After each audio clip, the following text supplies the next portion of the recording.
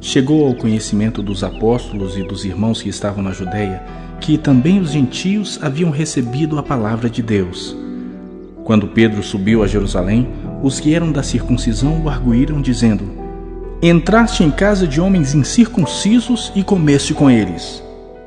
Então Pedro passou a fazer-lhes uma exposição por ordem, dizendo: Eu estava na cidade de Jope orando, e num êxtase tive uma visão em que observei descer um objeto como se fosse um grande lençol baixado do céu pelas 4 pontas e vindo até perto de mim. E, fitando para dentro dele os olhos, vi quadrúpedes da terra, feras, répteis e aves do céu. Ouvi também uma voz que me dizia: Levanta-te, Pedro, mata e come. Ao que eu respondi: De modo nenhum, Senhor, porque jamais entrou em minha boca qualquer coisa comum ou imunda. Segunda vez falou a voz do céu: Ao que Deus purificou, não consideres comum. Isto sucedeu por 3 vezes e de novo tudo se recolheu para o céu. E eis que na mesma hora pararam junto da casa em que estávamos 3 homens enviados de Cesareia para se encontrarem comigo.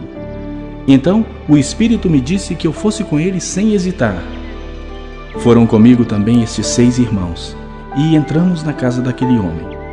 E ele nos contou como vira o anjo em pé em sua casa, e que lhe dissera: Envia a Jope e manda chamar Simão, por sobrenome Pedro, o qual te dirá palavras, mediante as quais serás salvo, tu e toda a tua casa.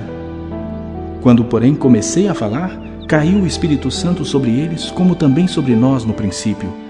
Então me lembrei da palavra do Senhor, quando disse: João, na verdade, batizou com água, mas vós sereis batizados com o Espírito Santo.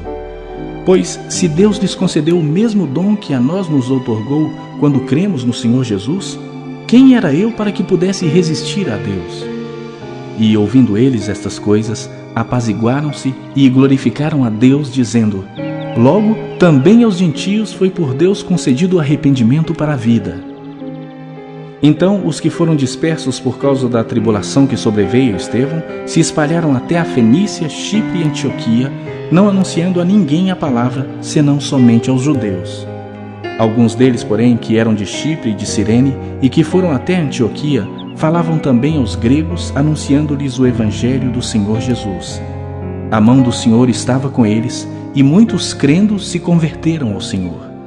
A notícia a respeito deles chegou aos ouvidos da igreja que estava em Jerusalém, e enviaram Barnabé até Antioquia.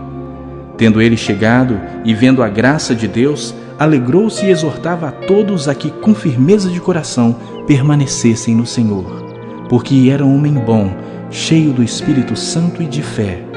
E muita gente se uniu ao Senhor. E partiu Barnabé para Tarso à procura de Saulo. Tendo-o encontrado, levou-o para Antioquia. E por todo um ano se reuniram naquela igreja e ensinaram numerosa multidão. Em Antioquia foram os discípulos pela primeira vez chamados cristãos. Naqueles dias desceram alguns profetas de Jerusalém para Antioquia e, apresentando-se um deles chamado Ágabo, dava a entender pelo Espírito que estava para vir grande fome por todo o mundo, a qual sobreveio nos dias de Cláudio. Os discípulos, cada um conforme as suas posses, resolveram enviar socorro aos irmãos que moravam na Judéia. O que eles com efeito fizeram, enviando-o aos presbíteros por intermédio de Barnabé e de Saulo.